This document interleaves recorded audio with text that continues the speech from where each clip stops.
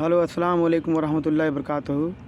दोस्तों, मैं आज आप लोग को बताऊंगा वर्क परमिट सिपोर की जो सऊदी अरबिया में कैसे करते हैं और कैसे एग्ज़ाम पास करते हैं और कैसे जो है इसमें कितनी सैलरी है और इसकी रिस्पॉन्सिबिलिटी क्या है। दोस्तों, वर्क परमिट सिपोर जॉब के लिए कोई स्पेसिफिक क्वालिफ़िकेशन नहीं होती है। 8वीं तक भी पढ़ा हो, 5वीं तक भी पढ़ा हो, 10वीं तक भी पढ़ा हो या इंटर BA भी किया हो, कोई से फ़र्क नहीं पड़ने वाला है। ओनली लड़के को इंग्लिश अच्छी आनी चाहिए, जो कि आरामको के जो एनालाइज हैं, आरामको की जो रिक्वायरमेंट्स है उसको अच्छी तरह से पढ़ सके और उसको अच्छी तरह से वो जो है कि एक्सप्लेन कर सके और उसके सवाल को पढ़ करके दिमाग में रख करके और उसके जवाब को क्वालिफाइड कर सके। वही पर्सन और वही कैंडिडेट जो है आराम से जो है कि एग्ज़ाम निकाल सकता है। तो दोस्तों, वर्क परमिट सिपोर की रिस्पॉन्सिबिलिटी जो होती है एक सेम सेफ्टी ऑफिसर की रिस्पॉन्सिबिलिटी होती है, जिम्मेदारी होती है। उसमें करना क्या होता है कि जो बंदा एग्ज़ाम पास कर लेता है, यानी प्लांट के तहत सवाल होगा और रिस्पॉन्सिबिलिटी जो है कि एक परमिट सिपोर की क्या होती है, उसमें यही पढ़ाया जाता है कि परमिट रिसीव करने के बाद में क्या क्या सेफ्टी प्रिकॉशन लेना है, किस एक्टिविटी में कौन सा हजार्ड होगा और कौन सा कंट्रोल मेजर होगा, उसमें उसको यूज करना है वहाँ पर। यानी सेम फुल ऑथराइज होता है। अगर अनसेफ काम और अनसेफ कंडीशन, अनसेफ एक्ट और अनसेफ कंडीशन होता है, उसको स्टॉप करने की अथॉरिटी होती है परमिट सिपोर की कि भाई ये अनसेफ काम हो रहा है, नहीं करना है, भाई मशीन इंस्पेक्टेड नहीं है, नहीं काम करना है, भाई प्लेटफार्म सही नहीं है, काम नहीं करना है, भाई फेस शील्ड लगाना है, आप बिना फेस शील्ड का काम कर रहे हो, भाई हैंड ग्लोव्स लगाना है, भाई आई ग्लास लगाना है, भाई MHDS तुम्हारे पास में है या नहीं है, या आई वाश स्टेशन है या नहीं है, या आप जो है कि काटेज मास्क लगाए हैं या नहीं है, उनको प्रिवेंशन करना यही एक परमिट सिपोर की रिस्पॉन्सिबिलिटी है, जो सेफ्टी ऑफिसर की सेम होती है। तो दोस्तों, जो सवाल होते हैं परमिट सिपोर एग्जामिनेशन के लिए, उसमें ये होता है कि आपको जो सवाल होते हैं उनको सवाल को सॉल्व करने होते हैं। और जो है कि वो एग्ज़ाम देने के लिए पहले तो ओनली डायरेक्ट आरामको के एग्ज़ाम होते थे। अभी जो क्या हो रहे हैं, अभी थर्ड पार्टी क्वालिफाई करना पड़ता है। यानी जिस तरह से आरामको एग्ज़ाम को देना है, उससे पहले जो है थर्ड पार्टी होता है। उस थर्ड पार्टी में आप पूरा सेफ्टी का लेक्चर पढ़ाया जाएगा। 4 दिन का क्लास चलता है। चौथा दिन बाद जो है 70, 80, 90 सवाल जो है पास करने पड़ते हैं। यानी सिस्टम पर बैठाएगा आपको कंप्यूटर पर और मल्टीपल चॉइस क्वेश्चन होते हैं, MCQ क्वेश्चन इसके बोलते हैं, मल्टीपल चॉइस। उसमें एक सवाल जो है कि सही रहेगा 4 सवाल में और उस पर टिक मारना होता है कंप्यूटर में। और उसमें जो है टिक मार करके और लास्ट में स्कोर बताता है कितना स्कोर हुआ है। तो 80% मार्क होना चाहिए आपको पास करने के लिए, चाहे थर्ड पार्टी हो या तो आरामको का हो। तो थर्ड पार्टी में जब पास हो जाएंगे तो एक कार्ड इशू करेगा। वो कार्ड ऐसा इशू करेगा, मैं आपको दिखाना चाहूँगा, थोड़ा होल्ड कीजिए, मेरे पॉकेट में है, मैं निकालता हूँ। वो ऐसा इशू करेगा कार्ड, जो है मेरे पॉकेट में होगा शायद। वो ऐसा इशू करेगा कार्ड आपको, ठीक है, देख सकते हैं आप, पीछे में बार कोड दिया होगा इसका। जब ये पास हो जाएंगे तो सेम उसी तरह आरामको प्रोसीजर में है, उसमें भी हज़ार के सवाल आएंगे। उसमें भी आपके जो है थर्ड पार्टी के मिक्स होंगे सवाल, और उसमें ज़्यादातर जो है थर्ड पार्टी से ज़्यादा आरामको के रूल्स होते हैं, क्योंकि थर्ड पार्टी में हज़ार पढ़ा दिए जाते हैं कंट्रोल मेजर। इसमें रूल्स होते हैं ज़्यादा कि आरामको के रूल्स क्या हैं, परमिट रिसीव करने के रूल्स क्या हैं, और उसमें जो है प्लांट के सवाल होते हैं। तो वो एग्ज़ाम जब करते हैं पास, उसमें 80% मार्क लाएंगे तो 2 परमिट मिलेगा। 90 ले आएंगे, 90% मार्क लाएंगे तो 3 मिलेगा। 100% लाएंगे तो 4 परमिट मिलेगा। तो ऐसा परमिट आपको रिसीवर का कार्ड वहाँ पर मिलेगा। आप देख सकते हैं अच्छे तरीके से, मेरे फेस के सामने है, ऐसा परमिट रिसीवर कार्ड है। यूँ कह सकते हैं कि ये उल्टा था, या ऐसे अभी जाके सही हो, ठीक ना? नहीं, मैं कन्फ्यूजन में हूँ सॉरी। ऐसा होता है कार्ड जिसमें 3 परमिट मिला हुआ है। हाँ, मैं 100% मार्क लाया, फिर भी हमको 3 मिला, क्योंकि कंपनी साइड का रिक्वायरमेंट होता है कि हमको 3 परमिट ही चाहिए, 4 नहीं चाहिए। इसलिए चौथा परमिट जो है सऊदी अरबिया का जो एम्प्लॉय होता है सऊदी, वो जो है कि उनको मिलता है। क्यों मिलता है? क्योंकि उसमें जो है प्लांट का काम ज़्यादातर होता है। मतलब प्लांट का काम मतलब ये कि जो उसका ऑपरेशन सिस्टम है, फैसिलिटी ऑयल एंड गैस का, उनको मिलता है ये ख़ास तौर से।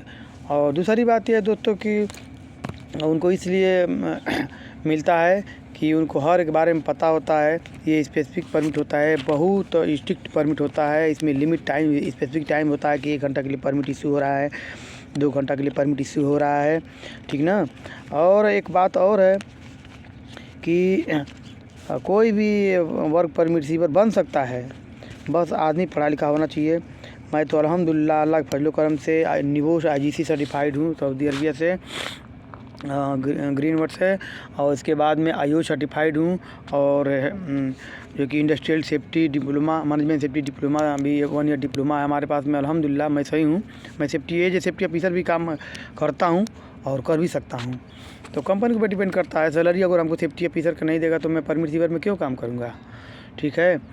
और दूसरी बात ये रही कि इसमें सैलरी कितनी होती है। देखिए, सैलरी कंपनी के ऊपर डिपेंड करती है। अगर अच्छी कंपनी मिल गई तो सैलरी कम से कम आपको नहीं देगी, तो 3000 से कम नहीं देगी। 2500 से स्टार्टिंग में है सैलरी। और जो low quality medium quality salary है कंपनी है, उसमें 1500 से लेकर के 1500, 1800, 2000, 2500 मिलती है। और रेंटल में आप चले गए तो रेंटल में सैलरी कम से कम कुछ नहीं होती है, तो कम से कम सैलरी होती है उसमें 8000, 10000 नहीं, 6 से 7000 रुपये सैलरी होती है, जैसा इंटरव्यू क्रैक करेंगे आप। अगर वही रेंटल में जाते हैं अभी आज़ाद वीज़ा से, तो कफ़ाला लगा करके उसमें और कंपनी का कोड लगा करके और आप जो है कि ज्वाइन करते हैं किसी रेंटल के माध्यम से, तो आपको कम से कम 25,000 से लेकर के और 45,000, 50,000, 55,000, 60,000 तक घंटा मिलता है आपको। तो महीने का 8,000, 10,000, 11,000 रुपया आराम से मिल जाता है। लेकिन रेंटल में जो है आपको पूरा खाना पीना, वीज़ा, मेडिकल इंश्योरेंस वगैरह सब कुछ आपका होता है। दोस्तों, मेरे मकसद बताने का ये था कि परमिट रिसीवर जॉब में फैसिलिटी भी सही होती है और इतना टेंशन जो है सैलरी की नहीं होती है। अगर अच्छी कंपनी पकड़ा आपने तो इसमें ज़्यादा जो है कि भाग दौड़ भी नहीं होती है। एक बार परमिट रिसीव कर लिया तो अपने एरिया में बैठ जाओ। आपको मैं दिखाना चाहूँगा परमिट कैसा होता है, ये आरामको का परमिट कैसा होता है। और देखिएगा, मैं आपको दिखा रहा हूँ मैं, ठीक है ना। थोड़ा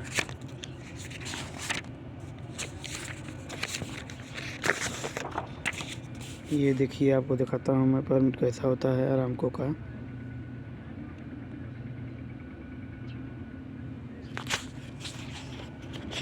ये देखिए परमिट होता है आरामको का।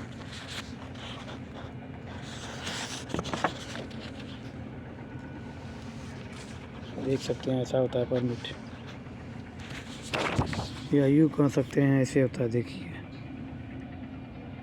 सेक्शन 1 होता है, सेक्शन 2 होता है, ठीक। इसके बाद में सेक्शन 3 होता है, फिर सेक्शन 4 होता है। ये इधर 1000 NRC चेकलिस्ट है, और ये प्रिकॉशन लेना है किस एरिया में काम कर रहे हैं, कौन कौन मेथड यूज करना है। बाइक की बात करें तो इसमें पूरा लिखा हुआ है कितना LEL गैस चाहिए, कितना परसेंटेज गैस खतरा होता है, कितना परसेंटेज में काम कर सकते हैं, ठीक है। और इमरजेंसी नंबर आरामको को दिया हुआ है, स्टाफ वर्क अथॉरिटी दिया हुआ है, सेफ हॉटलाइन इमरजेंसी नंबर दिया है, इमरजेंसी ईमेल दिया हुआ है, सब कुछ दिया होता है।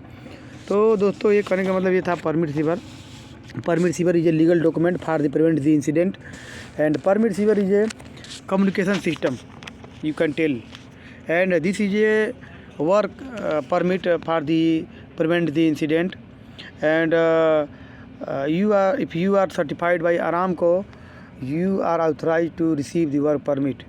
Permit is a written and legal documents. It is a contract by between two parties. First is issuer party Aramco, and second is third contractor party.